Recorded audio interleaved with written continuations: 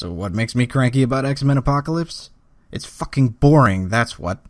This is a movie with like a dozen superpowered characters, all of whom who have different and usually interesting abilities going up against a villain called Apocalypse who could ostensibly destroy the world. And yet it can't manage to be fun or exciting for more than about 10 minutes of the 2.5 some odd hours it runs. Even the action fails to entertain because it's terribly choreographed and the wire work is so obvious it feels like if you looked hard enough you could still see the strings that were removed in post. Well, even the climax of this film involves characters literally just standing there, pointed at one another as CGI shit flies between them to hit Apocalypse's little CGI bubble as he tanks the whole thing. But the greatest sin of this movie is that it telegraphs every single bit of the plot, such that if you've seen a movie in the last 30 years, you will know exactly what's going to happen every step of the way. This is compounded by the fact that it drags everything out, so mostly you're just sitting there waiting for the movie to catch up to where you already know it's going to go. If you've read any of my written reviews, you know I try to avoid giving away plot information, so I'm going to go ahead and say spoilers so that I can talk about specific parts of the movie that exemplify this. So if you haven't seen X-Men Apocalypse and actually care about being spoiled, go ahead and go do that, and then come back and watch the review. So spoilers! Not that I'm really spoiling anything, because like I said, you will know what will happen from the jump. And it's from the jump that I got the sense that the pacing of this movie was going to suck. Lots of movies kick off with like a 30-second to, couple minutes stinger before the opening credits that sets up the villain or the MacGuffin or what have you. But Apocalypse opening is like 15 minutes long, and it really didn't have to be. You've got him back in ancient Egypt being carried to this pyramid on a throne. You've got shifty guards who are obviously part of the resistance and about to pull some shit. And instead of just getting to it, they carry Apocalypse into the pyramid. They're going to show that he's stealing bodies whenever he gets older and that he's being transferred into a mutant with the super healing power.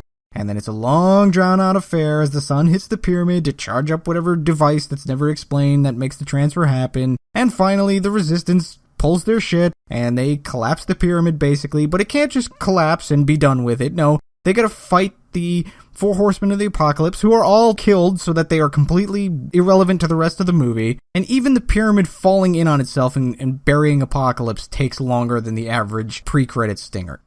Speaking of the 4 horsemen, we have the ever-cliche Magneto side-switching story. Rather than having gone off to form his Brotherhood of Mutants and become a legit villain after the last movie, he's become the ultimate guy who goes into hiding to try and live a normal life cliche. And the second you see him working in a factory, you know exactly how this is going to play out. Something's going to go wrong, he's going to have to use his powers, he's going to get seen doing it, so the cops will get called, and in the process of taking him in, his pretty new family is going to die so that he gets his rage boner back. And that's exactly what happens, only it takes half the movie because it's broken up amidst the introduction to the new versions of the old X-Men and Apocalypse wandering around learning about the present day. Of course, Magneto is the only one of the 4 horsemen who has any kind of story at all.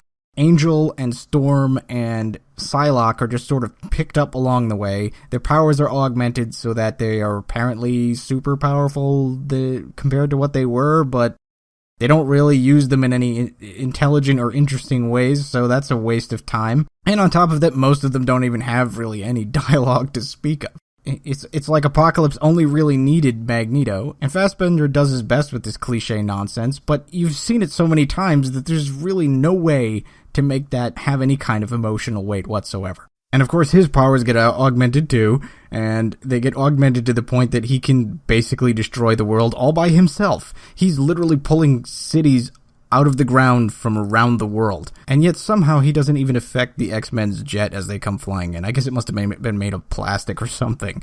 And that's one of the reasons that none of the fighting works, is the powers are all ridiculously inconsistently applied. Apocalypse himself seems to have the ability to disintegrate anything he wants, and yet he never uses it on any of the X-Men who are fighting him, other than to trap Quicksilver. Not that most of the X-Men fighting him are even remotely capable of dealing any kind of damage. I mean, you're talking about Beast and Mystique, who gets totally choked out just like in that billboard that offended all of those feminists. But really, they should love this movie because the ultimate hero is a woman. It's Jean Grey, of course, pulling the Phoenix card. Yes, they telegraph that too. They set it up early in the movie and you know it's coming. And then when it finally happens, they drag it out so long that I actually started counting because I couldn't believe just how long it was taking them to do this. Professor Xavier is having this mental battle where Apocalypse is just beating the crap out of him, and he's begging Jean, help me, and she's just sitting there like she doesn't have any powers at all, or is scared or something. I don't know if this was an actress thing or a direction thing, but it doesn't seem clear as to why she's not doing anything.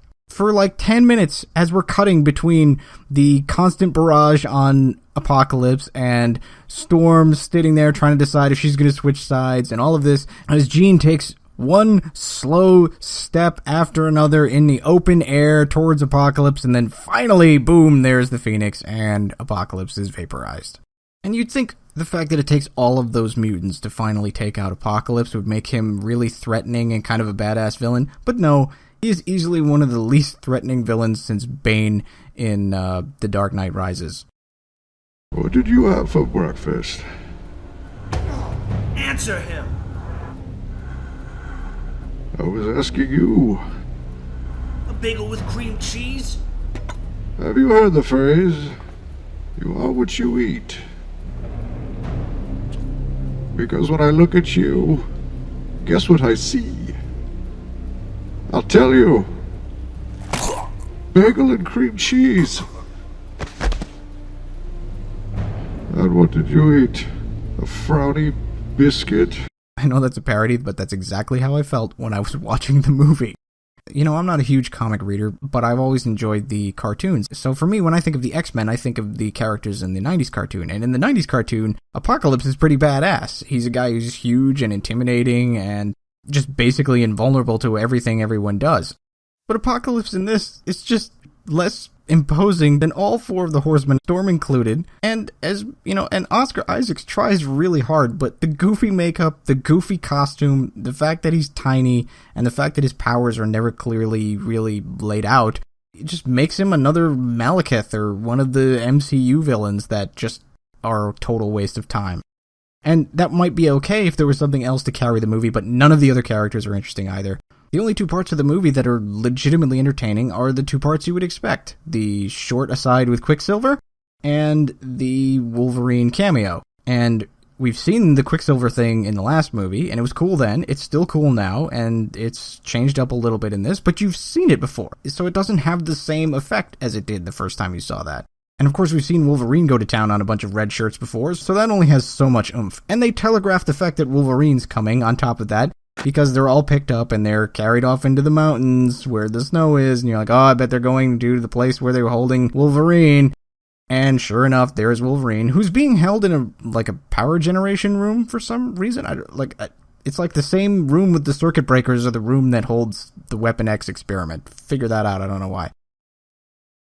And the stupidest thing about that is it breaks the continuity with the last movie, because in the last movie, Stryker didn't actually pick up Wolverine. It was supposedly Mystique. So how they got him in the first place, who knows? But hey, who cares, because this movie is dumb and it's too busy being one giant cliche after another to actually tell an interesting story with any of these characters. So ultimately, I would definitely not recommend X-Men Apocalypse. I don't think you should see it in the theater. I don't think you should buy it on DVD. I think maybe if it's on television and there's really nothing else to do, you could sit there and perhaps enjoy yourself for a couple hours. But only if you really set the bar low. And the funny thing is, I already went into this movie with low expectations because I haven't really liked any of the other X-Men movies. Like I said, when I think of the X-Men, I think of the 90s cartoon, and I don't think these movies have done a particularly good job of conveying the characters that I remember. Maybe it's closer to the comics, but from what I've seen of other reviewers, not so much. It's a boring movie full of stupid cliches that just takes forever to get to the damn point already. But what did you guys all think? I'm sure you have lots of things to say in the comments below, if anyone ever actually comments on one of my videos. And of course, like so many other reviewers these days, I will add the typical disclaimer that if you like this movie, my review is not an attack on you. I'm not trying to tell you that you suck. Although you are completely wrong, this movie is terrible.